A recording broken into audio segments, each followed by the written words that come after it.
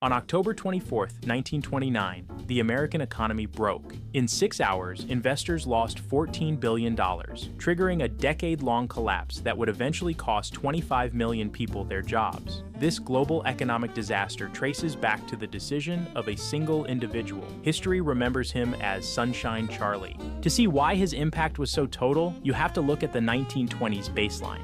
While the decade was electric and booming, the stock market remained a closed club. Only 1% of the population owned shares. The rest of the country stayed on the outside. Most Americans kept their earnings in standard savings accounts. This separation naturally protected the average family from the volatile risks and speculation of Wall Street. Charles Mitchell changed that when he took over National City Bank in 1919. He introduced a new philosophy that wealth should not belong only to the wealthy, and every American had the right to be a capitalist. Mitchell executed this by placing trained dream merchants inside his bank branches. These were not traditional bankers. They were salespeople specifically instructed to sell ordinary people the idea of becoming rich. They targeted secretaries, mechanics, and drivers, telling them that investing just $15 a month would make them partners in major corporations like General Motors or Ford. The results were staggering. In 4 years, the number of Americans owning stock jumped from 500,000 to 10 million. People sold their cattle and mortgaged their family homes just to buy in. While this campaign successfully opened Wall Street to the public,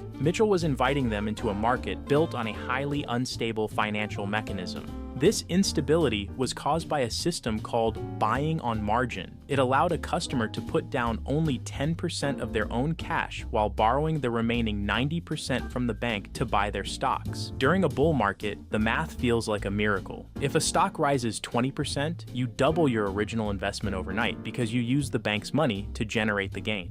But the risk is asymmetric. If the stock drops just 10%, your entire cash deposit is wiped out. You are left with zero equity and a massive debt to the bank that could exceed your annual salary. Mitchell expanded this risk across the entire economy by building investment trusts. These trusts used borrowed money to buy shares in other companies that were also built on credit, creating a pyramid of debt. In the spring of 1929, the Federal Reserve warned banks to stop lending for stock speculation. Mitchell ignored them. He walked into a press conference and promised that National City Bank would provide all the liquidity the market needed to keep prices rising.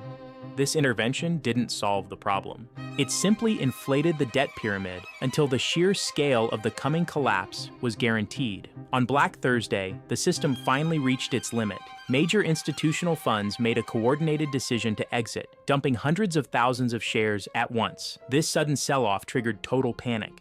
13 million shares hit the market in a single day, and the sheer volume collapsed the broker phone networks. This created a mechanical death spiral. Falling prices forced banks to issue margin calls. Because retail investors had no cash, they were forced to sell their stocks to pay the bank, which drove prices even lower and triggered more calls. By Black Tuesday, stock prices had fallen so far that the collateral held by banks became worthless. The very institutions that lent the money began to go bankrupt, taking the life savings of millions with them. The mechanical tool Mitchell used to invite the public into the market had become the engine that destroyed their entire economic future.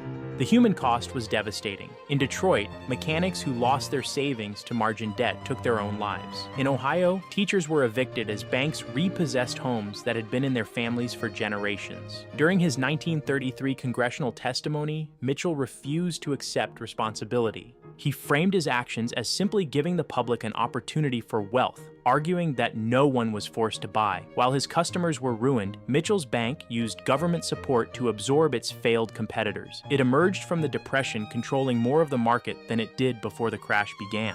The Great Depression grew out of a system designed to extract real capital from working-class hope. It was the mathematics of reality meeting borrowed belief. Today, 50 million Americans trade stocks on their phones. Margin loans have climbed back up to $900 billion, a debt level that matches the peak seen in 1929.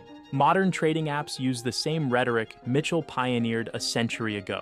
They offer zero-commission trades and promise to democratize finance for everyone. But the underlying mechanics haven't changed. When an app invites you to trade like an elite professional on borrowed money, the house is usually the only one guaranteed to win.